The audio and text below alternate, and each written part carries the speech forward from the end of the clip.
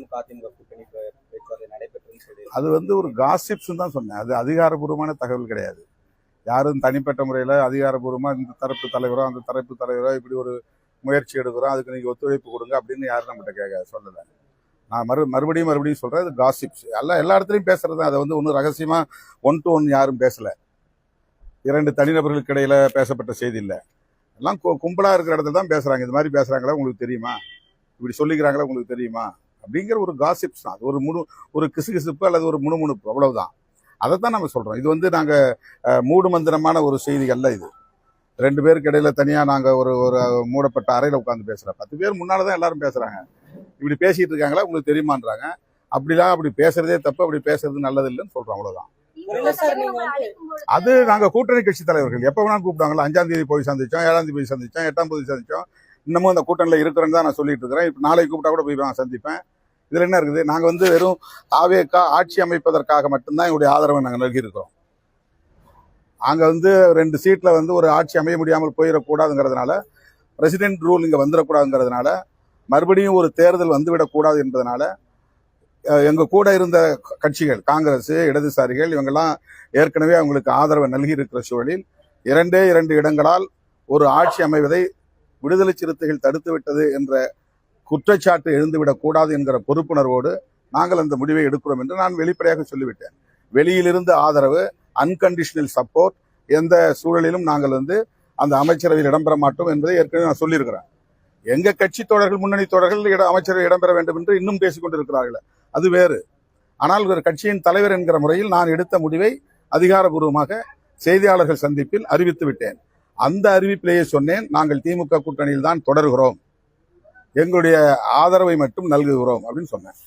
அந்த வட்டாரத்துல இப்படி எல்லாம் பேச்சு இருக்கு, உங்களுக்கு தெரியுமான்னு கேட்டாங்க, அவ்வளவுதான்.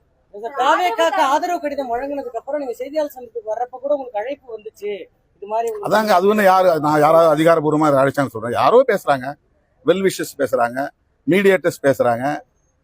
பொலிட்டிக்கலா வந்து அது நடக்கத்தானே செய்யும். அவங்கவுங்களுடைய சர்வைவல் இருந்து தானே அவங்கவுங்க சிந்திப்பாங்க. அப்ப அந்த மாதிரி வந்து ஒரு குறிப்பிட்ட கட்சியினுடைய தலைவர் என்கிட்ட பேசினாரு, அல்லது அவர் பேசினாரு, இவர் பேசினாரு எங்கேயா சொல்லியிருக்கேன். காசிப்ஸ்ங்கிறது வந்து எல்லாரும் முன்னாடி நடக்கிற ஒன்றுதான். அது வந்து ஒன்றும் மூடு மந்திரம் கிடையாது. அதிகாரபூர்வமா அணுகல, அதுதான் செய்தி. அந்த மாதிரி வந்து இதை ஃபோர்ஸ் பண்ணி இப்படி நம்ம முடிவெடுப்போம், இதுக்கு ஒத்துழைப்பு தாருங்கள், அதை நாம செய்யலாம் அப்படின்னு எந்த தரப்புல இருந்து தகவல் இல்லை. இதெல்லாம் வந்து இடையில இருக்கக்கூடிய சில தலைவர்கள், ஏன் ஒரு தலித் முதலமைச்சர் ஆகக்கூடாது அப்படின்னு சில வெல்விஷஸ். இப்ப எங்க கட்சி பொதுச் செயலாளரே ஒரு ட்வீட் போட்டாரு. அதை ஒட்டி நிறைய நண்பர்கள்ட்ட பேசினாங்க. நாம அது வந்து சரியான அணுகுமுறை இல்லை அப்படின்னு நம்ம சொல்லிட்டோம். எங்க பொதுச் செயலாளர்கிட்ட கூட இந்த மாதிரி கருத்துக்களை நீங்க பதிவிட வேண்டாம், நாம இறுதியான ஒரு முடிவை எடுக்காத நிலையில இப்படிப்பட்ட கருத்துக்களை சொல்றது வந்து ஏற்புடையது அல்லங்கிறத அவர்கிட்ட உடனடியாவே நான் சுட்டி காட்டியிருக்கிறேன். நாங்க தொடக்கத்திலிருந்தே திமுக கூட்டணியில் இருந்தாலும் தாவேகா ஆட்சி அமைப்பதற்கு ஆதரவு நல்குவது தவறில்லை என்கிற நிலைப்பாட்டை எடுத்துவிட்டோம். 8ஆம் தேதி எடுத்த உடனேயே, கம்யூனிஸ்ட் எடுத்த உடனேயே நாங்கள் அறிவிக்க வேண்டும் அப்படின்னு பலரும் எதிர்பார்க்கிறாங்க. நாங்க ஒரு கட்சி நடத்துறோம், எங்க கட்சிக்குள்ள விவாதம் செய்ய வேண்டிய தேவை இருக்கிறது. அவங்களோட சேர்ந்து எடுப்போம்னா அவங்க என்ன முடிவு எடுக்கிறாங்களோ அதை பேஸ் பண்ணி நாங்க முடிவெடுப்போம்னு சொன்னோம், அவ்வளவுதான். அது ஒரு தோழமை அடிப்படையில, அவங்களோட இருக்கிற நட்பின் அடிப்படையில, உறவின் அடிப்படையில நான் உரிமை எடுத்துக்கொண்டு நானாக சொன்னது. அது வந்து கம்யூனிஸ்ட் கட்சிக்காரங்க சொல்லல, அவங்க யாரும் எங்கள்கிட்ட வந்து நாமெல்லாம் சேர்ந்து எடுப்போம்னு சொல்ல, நானா சொன்னேன், தோழர் நாங்க உங்களோட சேர்ந்து பயணிக்கிறோம், நீங்க என்ன முடிவு எடுக்க போறீங்களோ அந்த முடிவை நாங்க வந்து பேஸ் பண்ணி எங்க கட்சி தோழரோட கலந்து பேசி அதை நாங்க அறிவிப்போம்னு சொல்லியிருந்தோம். நான் 8ஆம் தேதி காலையில இதே இடத்துல நீங்க நிக்கிற இடத்துல கேட்டாங்க, நான் சொன்னேன் இன்னைக்கு மாலை 4 மணிக்கு தான் கம்யூனிஸ்ட்கள் முடிவெடுக்க போறாங்க, அதுக்கு பிறகுதான் எங்க ஹை லெவல் கமிட்டி கூட்டம் நடக்கும். எந்த முடிவா இருந்தாலும் அரசியல் முடிவுகளை, உடனடி முடிவுகளை நாங்க அந்த உயர்நிலை குழுங்கிற அமைப்புல தான் உட்கார்ந்து நாங்க பேசுவோம். அதுலதான் முன்னணி பொறுப்பாளர்கள் இருக்கிறாங்க. அப்ப நாங்க அதை பேசி முடிச்ச பிறகு அடுத்த நாள், அதாவது 9ஆம் தேதி காலையில் தான் நாங்க அறிவிக்க போறோம்னு இதே இடத்துல நான் சொல்லியிருக்கிறேன். நீங்க வேண்டுமானாலும் ரிவைண்ட் பண்ணி பாருங்க. 9ஆம் தேதி காலையில் தான் சொல்லுன்னு சொன்னோம். இப்போ 9ஆம் தேதி காலையில ஏன் அறிவிக்கலன்னா, எங்க கட்சிக்கான தோழர்கள் அவங்களோட கலந்து பேசிய பிறகுதான் முடிவெடுக்க முடியும். அவங்களுக்கு வயிற்று வலி மருந்து வேணும், உடனடியா நான் வந்து அவங்க வயிற்று வலியை நிறுத்த முடியாது இல்ல, அதுக்கு தயாரிப்பெல்லாம் இருக்கு. ஒரு மருந்து தயாரிப்பது கூட ஒரு கால அவகாசம் தேவைப்படுது இல்ல, எதுவா இருந்தாலும். அப்ப எங்களுக்கான கால அவகாசத்தையே நாங்க எடுத்துக்க கூடாதுன்னா உடனே டிலே பண்றாங்க, பார்கெயின் பண்றாங்க, அங்க பேரம் பேசுறாங்க, இங்க பேரம் பேசுறாங்கன்னு ஒரு அவதூறுகளை பரப்புவது எந்த வகையில நியாயமானது? நான் திரும்ப சொல்றேன், எங்களுக்கு அப்படிப்பட்டலாம் எந்த விதமான ஆசையும் கிடையாது. 2 சீட்டை வச்சுட்டு நான் இங்கேயும் அங்கேயும் போயிட்டு யார்ட்டையும் நாங்க பார்கெயின் பண்ணல. தாவேக்காவில் பார்கெயின் பண்ற அளவுக்கு எங்களுக்கு யார்ட்டையும் அக்சஸ் கிடையாது. அந்த மாதிரி இப்போ எங்க கட்சியிலிருந்து போன ஆதவர்ஜன் எங்களுக்கு தொடர்பு இருந்தாலும் கூட அவர்கிட்ட நாங்கள் பேசணுமான்னு கேளுங்க. அப்படிலாம் எதுவுமே கிடையாது. அவங்க தொடர்பு கொண்ட போது கூட நாங்கள் அன்கண்டிஷனல் சப்போர்ட் பண்றதா தான் முடிவில் இருக்கிறோம். ஆனால் எல்லாரோடையும் பேசிட்டு அப்புறம் உங்களுக்கு அறிவிப்போம். அவர்கிட்ட நான் டச்சில் தான் இருந்தேன், இந்த தொடர்பில் தான் இருந்தார். 2 மணிக்கெல்லாம் நாங்கள் அறிவிச்சிட்டோம். அவர்கிட்ட தகவல் கொடுத்துட்டேன். நான் 3 மணிக்கு நீங்கள் வாங்க, நான் இருக்கிற இடத்துக்கு எங்கே சொல்கிறாங்க வந்து வாங்கிட்டு போன்னு சொல்லிட்டேன். 8ஆம் தேதி அவருக்கு அனுப்பியிருந்த ஃபார்மேட்டை நாங்கள் பிரிண்ட் அவுட் எடுத்து வச்சுக்கிட்டோம். ஆனால் எங்கள் எம்எல்ஏ வெளியூரில் இருந்தாங்க, 2 பேருமே வெளியூரில் இருந்தாங்க. அவங்க வந்து சேர்றதுக்கு 9ஆம் தேதி 12 மணிக்கு மேலே ஆச்சு. இந்த 12 மணிலேருந்து 4 மணிக்கு இடையில நாங்கள் வந்து கலந்து பேசுவதற்கு கூட ஒரு கால அவகாசம் எடுத்துக்கிறது இல்லையா? இந்த டிலே வந்து உடனே பார்கெயின் பண்றாங்கன்னு சொல்லி கலங்கத்தை பூச முடியுமா? அதே மாதிரி அதிமுக தரப்பிலோ திமுக தரப்பிலோ அதிகாரப்பூர்வமா எங்கள்கிட்ட யாரும் அணுக கிடையாது. அதிகாரப்பூர்வமா பேசினாதான் நாங்க சொல்ல முடியும். அப்படி கிடையாதுல, காசிப்ஸ் தானே. இப்படி ஒரு பேச்சு போயிட்டு இருக்கு தெரியுமான்னு கேட்கறாங்க. அவ்வளவுதான். எத்தனையோ விஷயங்களை பேசினாரு கூட்டணியுடைய தலைவர். எங்கள்கிட்ட வந்து நாங்க ஒற்றுமையா இருப்போம், நாம் சேர்ந்து செயல்படுவோம் அப்படிங்கிற கருத்தை 5ஆம் தேதி சொன்னார். அதே கருத்தை எங்களுக்கு 7ஆம் தேதி சொல்றாரு. நாம ஏன்னா நாங்க வந்து நீண்ட காலம் அவங்களோட டிராவல் பண்ணிருக்கிறோம். கொஞ்ச நாள் இல்ல, நீண்ட காலம் 3-4 பொது தேர்தலில் சந்திச்சிருக்கிறோம். அப்படிங்கிற நிலையில அந்த உரிமையோட எங்களோட அவர் வந்து பேசுறாரு. அவ்வளவுதான். இதுல வந்து ஒரு கருத்து இப்படி வந்துச்சு, அதுவே நாங்க வந்து முதல்லயே அதை நாங்க ரிஜெக்ட் பண்ணணும் தான் சொன்னே தவிர, இது குறிப்பா அதிகாரப்பூர்வமா நாம இந்த முடிவு எடுப்போம், நீங்க ஒத்துழைப்பு கொடுங்க, நீங்க வந்து வெயிட் பண்ணுங்க அப்படிலாம் யாரும் எங்கள்கிட்ட சொல்லல. அது தவறான தகவல், காசிப்ஸை தான் நான் சொல்றேன். இது வெளியில பரவலா பேசப்பட்ட பிறகுதான் நான் சொல்றேன். பலரும் யூகங்களா எழுதிய பிறகுதான் நான் அதை சொல்றேன்.